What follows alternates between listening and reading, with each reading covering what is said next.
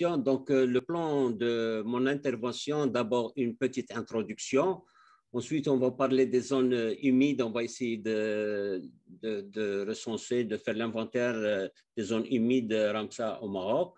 Et après, dans une troisième étape, on va parler de la problématique et des perspectives d'avenir et on va essayer de conclure. Donc, comme introduction, nous pouvons le dire que le Maroc, grâce à l'appui de nombreuses instances internationales comme Medwed, le FEM, la GEF, le GIZ, la Ramsar, la Banque mondiale, le PNUD, l'USN, ils ont tous donc contribué et le Maroc a fourni des efforts très louables dans le domaine de la gestion et la préservation des écosystèmes fragiles, des zones humides et des aires protégées.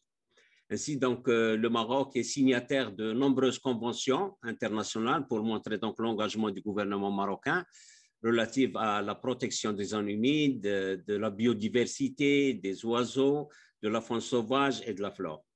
Donc, en 2010, la loi sur les aires protégées a été promulguée et l'inventaire national des zones humides du Maroc a été finalisé et la stratégie nationale de conservation des zones humides a été élaborée. En 2005, on peut aussi noter que le gouvernement a inscrit plusieurs zones humides, une vingtaine à peu près, comme site Ramsar.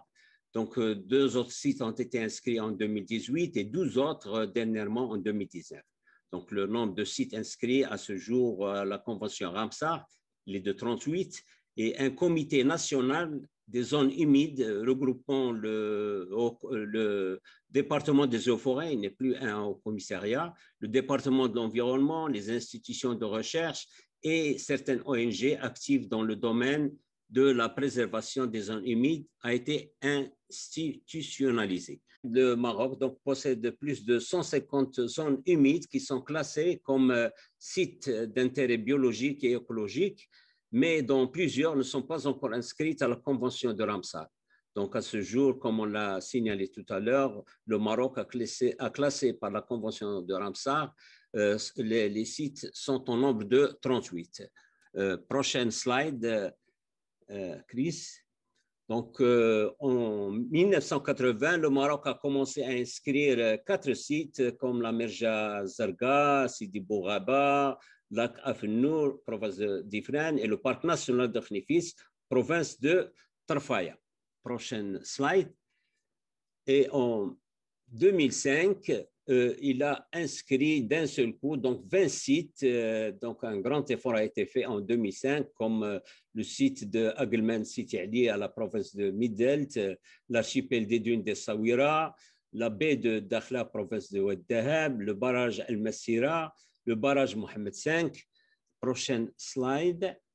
Le cap des Trois Fourches, province de Nador, le complexe de Sidi Moussa, Walidia, province de Jedida, le complexe Loukous, province de Larache, le complexe du Batatadat, préfecture de Tanger Assila, et l'embouchure de l'Oued Dra. Prochaine slide.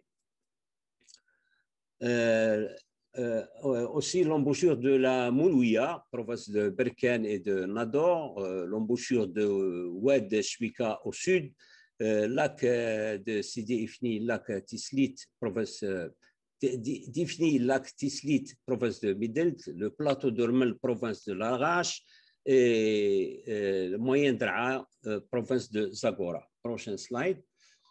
Donc, l'oasis de Tafilalet, elle a été aussi inscrite en 2005, province de Rachidia, le Marchika, la lagune de Nador, province de Nador, Sebkhat Zima, province de Youssoufia, la zone humide de Oued El Maleh, province de Ben Slimane, et la zone humide de Sousmassa, province de Chouka et Baha.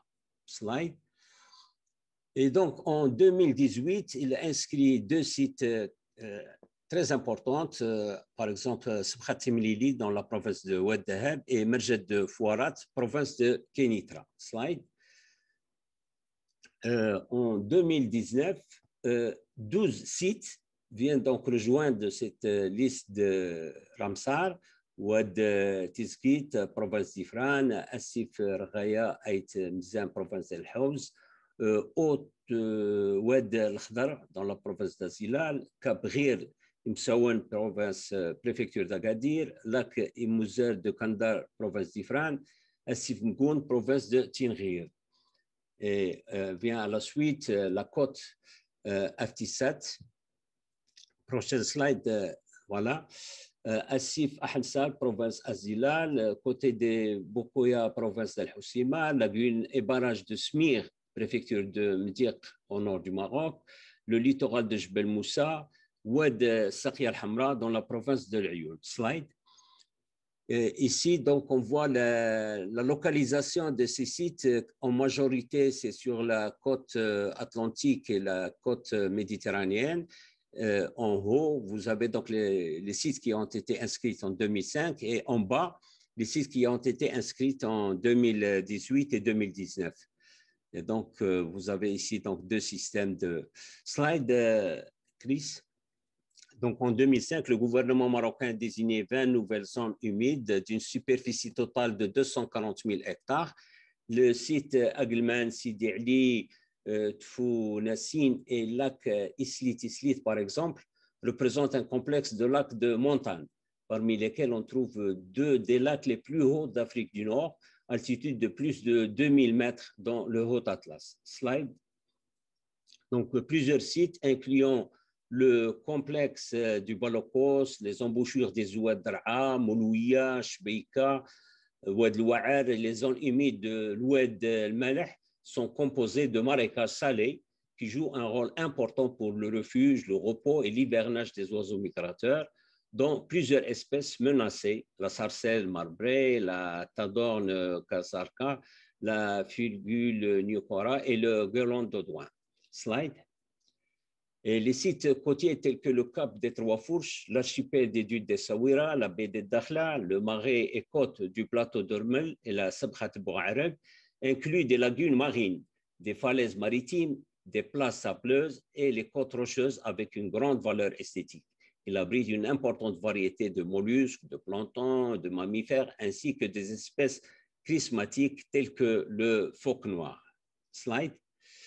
Donc, parmi les sites désignés, on trouve également des zones humides artificielles, comme le lac des Barrages, l'oasis associé à des plantations de palmiers irrigués, salines, dont le rôle est prépondérant pour assurer l'approvisionnement en eau et en électricité aux populations. Ces sites incluent le barrage de Massira et le barrage Mohamed V. Slide. Donc, quelle est la problématique? Quelle perspective pour ces zones humides? Comme l'ont signalé mes prédécesseurs, nous sommes vraiment en train de perdre nos trésors. Slide, Chris. Donc, nous allons parler de quelques zones humides, pas toutes parce qu'il n'y aura pas beaucoup de temps. Nous allons parler un petit peu du site Ramsar de la Moulouia qui est menacé par la pression anthropique pendant la période estivale. Le pompage pour l'irrigation, l'agriculture menace le débit écologique et le dessèchement de cette zone humide, l'urbanisation et une autre menace ainsi que l'extension de l'agriculture. Nous allons parler aussi un peu de la lagune Smir qui est un cas caractéristique, connaît des opérations de remblaiement pour l'extension de l'urbanisme.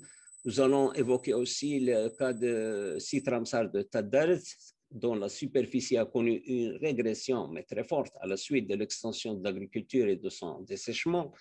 Nous allons évoquer aussi quelques cas, la lagune de Walidia, d'Arbouazza, d'Aït Awa, d'Aït Taqdoum, mais d'autres zones humides subissent actuellement des problèmes. Slide.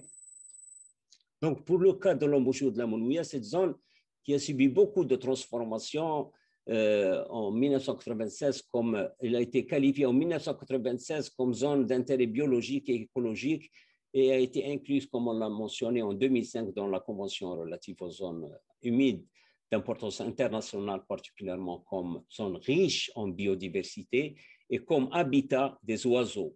Donc, un site Ramsar qui est bien mérité. L'embouchure du fleuve Malouia constitue le plus grand estuaire du pays et de nombreux oiseaux nidifient et s'y reposent chaque année. Donc, les menaces, slide, les menaces qui pèsent sur cet endroit viennent de la création d'une station de pompage de l'eau du fleuve et d'un collecteur d'eau résiduelle pour arroser les terrains de golf du complexe touristique. Saïdia, ainsi que la construction de la voie de contournement qui a divisé l'espace. Une grande partie de la nouvelle station balnéaire de Saïdia a été construite sur une grande partie des dunes maritimes et de la zone humide de l'embouchure. La forêt littorale qui existait auparavant de Tasgraret, elle a été complètement sacrifiée en entier pour la réalisation de cette station balnéaire. L'évolution dangereuse du trait de côte à Saïdia à la suite de la construction de la marina, de la station balnéaire et du pillage du sable de la plage. Les mesures effectuées entre 2010 et 2014 montraient un recul du trait de côte de 20 mètres, soit un recul de 5 mètres par an au niveau de rivage du site de la Moulouya. Slide. Actuellement, un problème très dangereux qui consiste dans le prélèvement sur le débit écologique de la Moulouya. Nous avons la station de pompage Moulay Ali Shrif qui prélève 3,9 mètres cubes secondes. Les stations des agriculteurs privés, une trentaine de stations qui sont réparties sur le long de l'Oued. Une station de pompage pour les terrains de golf de Fadeza, les stations de pompage de Letstout actuellement inaugurées, 1,5 mètres cubes secondes, et aussi le projet de construction de nouveaux barrages et le projet de construction de 4 nouvelles autres stations. La station Moulay Ali est située sur l'oued de Moulouya, à la balle du barrage Mesrah Hamadi. Elle a été mise en service depuis 1995 pour assurer un appoint à partir des résurgences qui jaillissent entre le barrage et la station. Elle est dimensionnée pour un débit maximal de 3,9 mètres cubes par seconde et permet de fournir un volume annuel de 20 à 40 millions de mètres cubes, variable selon le débit disponible dans le cours d'eau de la Moulouya et selon la durée de fonctionnement de la station. Slide, please. Vous avez ici la nouvelle station de Letstout qui vient d'être inaugurée ces deux derniers jours. Vous avez aussi les slides, Chris. Vous avez ici des stations de particuliers qui sont réparties le long de l'oued, des privés, donc qui prélèvent sur le débit écologique. Slide.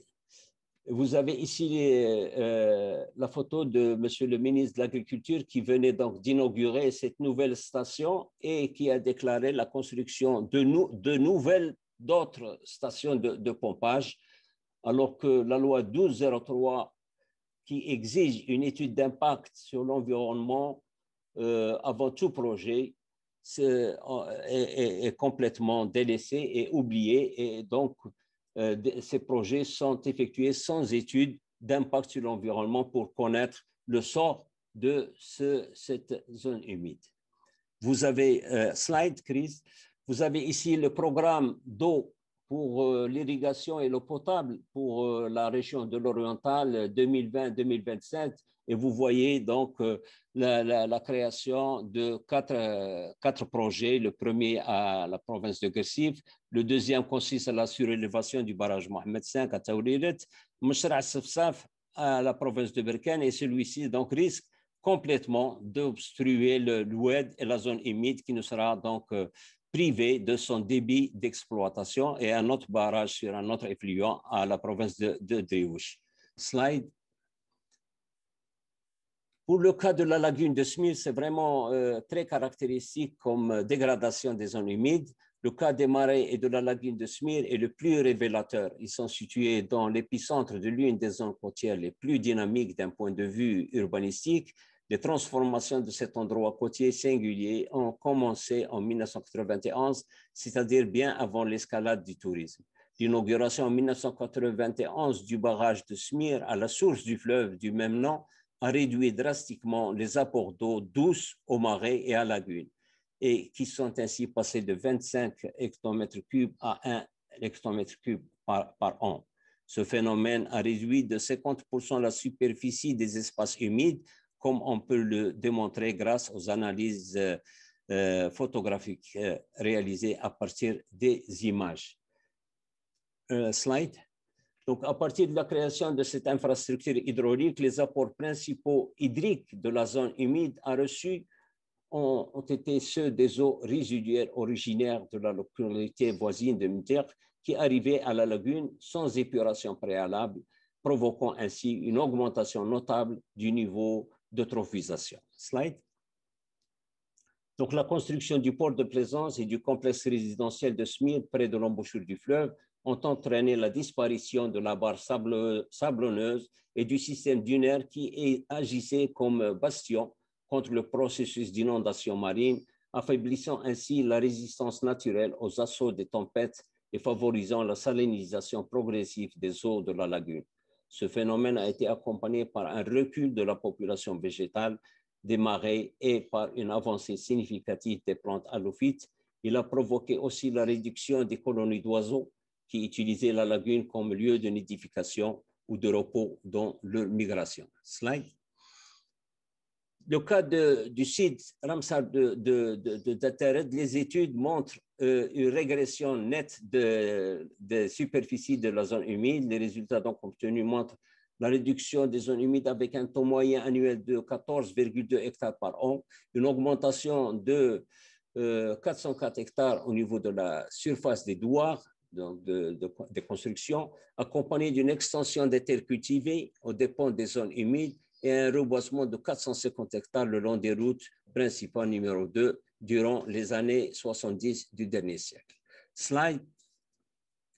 Donc, vous avez ici le cas de la zone de Foirat, où on remarque des travaux de remblaiement.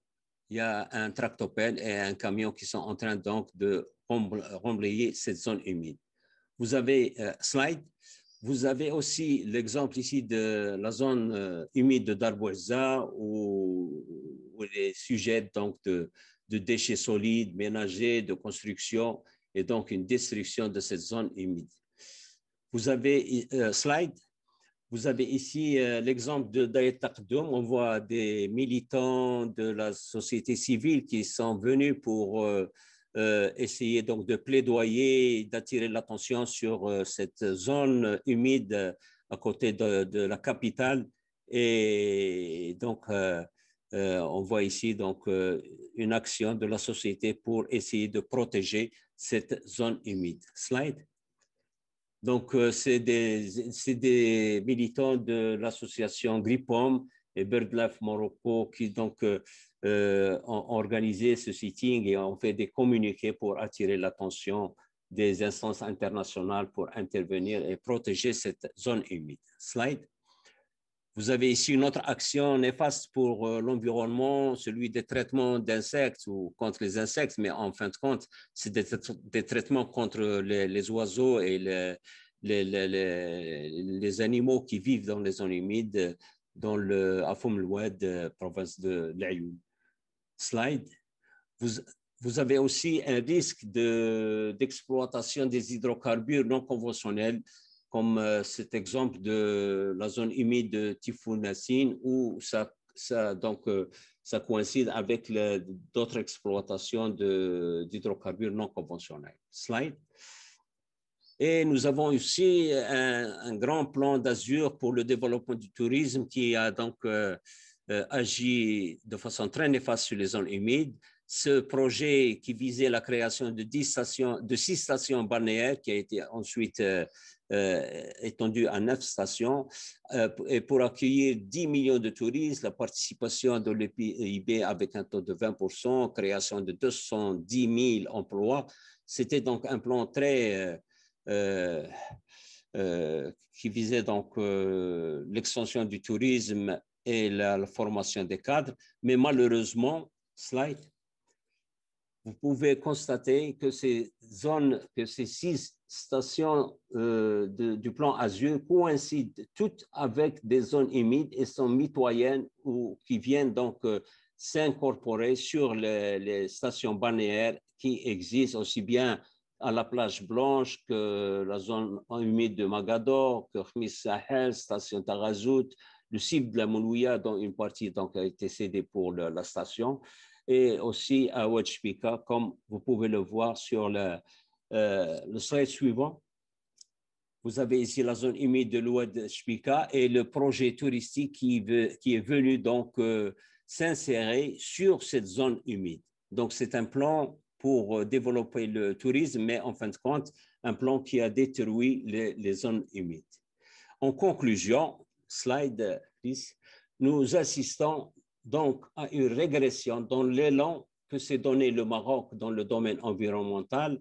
Les zones humides sont agressées par l'extension de l'urbanisme et de l'agriculture. Actuellement, les zones humides cèdent le terrain pour des constructions en béton, même au niveau des sites Ramsar. Les études d'impact sur l'environnement auxquelles nous avons attaché beaucoup d'espoir pour contribuer à la protection de la nature et de l'environnement ne sont pas réalisées de façon sérieuse et rigoureuse et parfois ne sont faites que pour la forme, pour faire passer certains projets.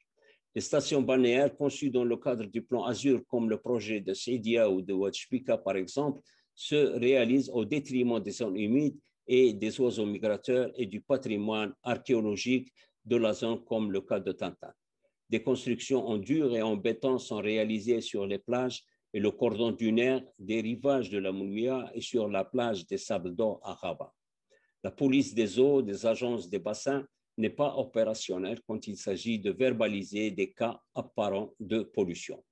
Les débits écologiques de plusieurs cours d'eau ne sont pas pris en considération dans les programmes de développement, ce qui risque d'assécher les zones humides au profit de l'extension des périmètres agricoles. Et je vous remercie pour votre attention.